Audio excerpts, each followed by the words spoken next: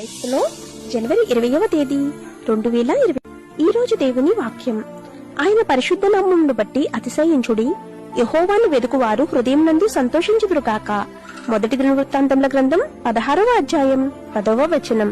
ప్రియమైన సహోదరి సహోదరులారా, ఈ లోకంలో మనుషులు ఆశించేది సంతోషం, కానీ అది చాలా మంది జీవితాల్లో అందని ద్రాక్ష వలె ఉన్నది. ఎందుకంటే నిజమైన సంతోషం ఒక్క క్రీస్తునందు తప్ప మరి ఏ చోట మనం కనుగొనలేము. లోకము అనేక సంతోషాలను అందించును, కానీ అవి శాశ్వతమైన సంతోషాలను ఇవ్వలేదు. దేవుని వాక్యంలో మరియు ఆయన సన్నిధిలో ఎంతో సంతోషం కలదు. అది లేమిలోనూ, కష్టములలోనూ, వ్యాధి బాధల్లోనూ, ఎంత క్లిష్టమైన సందర్భం అయినప్పటికీ అందులో నిరీక్షణ కలిగి మన భారం మోయిచినది మన దేవుడే కనుక సంతోషముగా ఉంటాము. దేవునితో అంటుకట్టబడి ఆయన మీద మన చింత యావత్తూ వేసి ఈ లోక యాత్రలో ఆయన్ను మహిమపరిచేవారిగా ఉన్న ఎడల దేవుడే మన ఆశ్రయదుర్గముగా ఉండును.